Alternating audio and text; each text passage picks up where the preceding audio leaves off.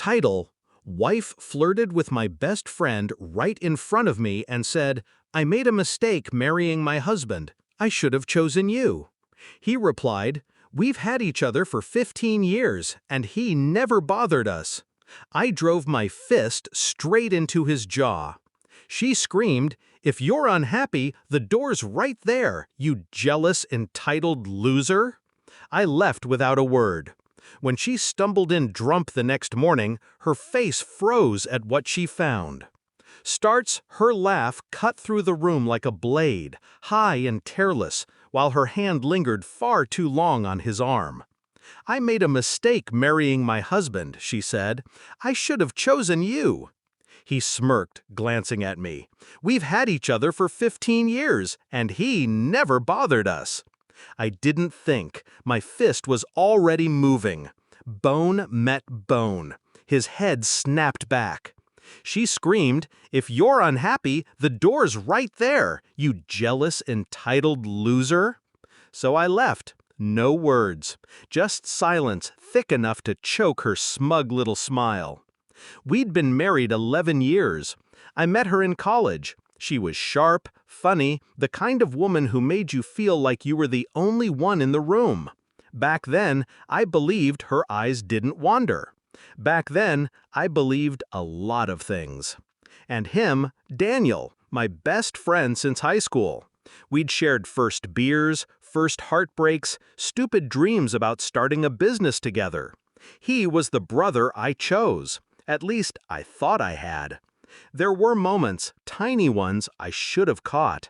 Her phone lighting up at 2 a.m. with his name. Their private jokes I wasn't part of. The way conversations froze when I walked into the room. I told myself I was paranoid. That's what love does. It blinds you, then calls it loyalty. But that night, they didn't hide. They flaunted it. They wanted me to hear every word. I drove until the city lights disappeared in my rear view. Rage kept me awake, but cold clarity took its place. If I stayed, they'd spin the story.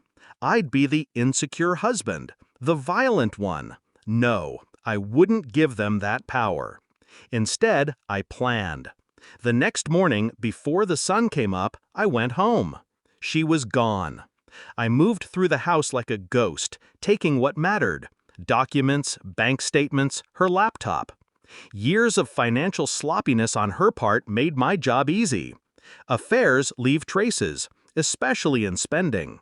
I found hotel receipts, travel bookings she'd gone on with friends, dinners that cost more than my monthly mortgage. By noon, I'd spoken to a lawyer. By evening, I'd moved every joint account into a separate holding, legally mine, all perfectly documented. She'd never see it coming. I didn't rage. I didn't scream. I simply started gathering everything. Text logs, call histories, even old emails. A friend in IT owed me a favor. He extracted backups from her cloud, and there it was. 15 years worth of their affair, overlapping my entire marriage. Photos, private trips, him wearing shirts I'd given her to donate. Every message had a timestamp. Every lie cataloged. 2 weeks later, I met Daniel. Neutral ground. A coffee shop. I didn't hit him again. I didn't even raise my voice. I told him, calm as ice, that I knew everything. His smirk faltered when I slid the folder across the table. "Copies," I said. "The originals are in a safe deposit box, and with my lawyer." He opened it. Photos, messages, screenshots, receipts. Watching the color drain from his face was better than any punch I could throw. "You think you can ruin me?" he muttered. I just smiled. "I don't think, I know." She stumbled in the next morning, drunk from God knows where. The front door clicked shut, and she froze. Because the house was empty. Not stripped, surgical. My things gone. Her clothes still in the closet.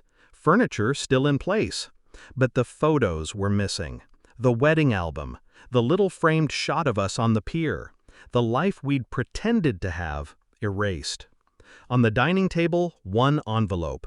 Inside, a copy of the divorce filing, the evidence, and the letter. It wasn't long, just enough. By the time you read this, every detail of your 15-year affair will be in the hands of my lawyer, your family, and your employer. Your reputation is not mine to destroy. You've been doing that for years.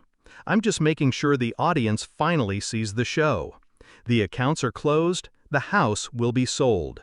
I will never speak to you again. You deserve nothing, and you will get exactly that. The reaction was beautiful. Her face drained first. Then came the rapid blinking, the disbelief, the shaking hands. She tore through the papers like they might change if she looked fast enough. They didn't. The screaming started next. My name, curses, the sound of something shattering. I listened from the driveway, engine running, not because I needed to, but because I wanted to hear the moment she realized she'd lost. Within a week, her parents called me, begged for mercy. I told them mercy was 15 years overdue. Daniel? His wife filed for divorce 2 days after my package arrived at her work. The business contacts we shared? Gone. He'd been blacklisted quietly. No one wanted to be associated with the man who slept with his best friend's wife for over a decade. She tried to fight in court, of course, claimed emotional abuse. My lawyer laid out the timeline, the evidence, the financial trail. The judge didn't even flinch when ruling against her. She walked out with nothing but her name, and even that wasn't worth much anymore. People like to think revenge is loud, that it's yelling, breaking things, getting the last word. They're wrong. Revenge is silence. It's patience. It's letting someone build their own trap while you take careful notes. And when the moment comes, you don't push. You just remove the ground beneath them. That's what I did. Now, when I think of her, I don't feel the old anger. Just a cold, clean satisfaction. The kind that comes from knowing I didn't just walk away. I took the one thing they could never replace. Their illusion of winning. And that's why, even now, I sleep just fine.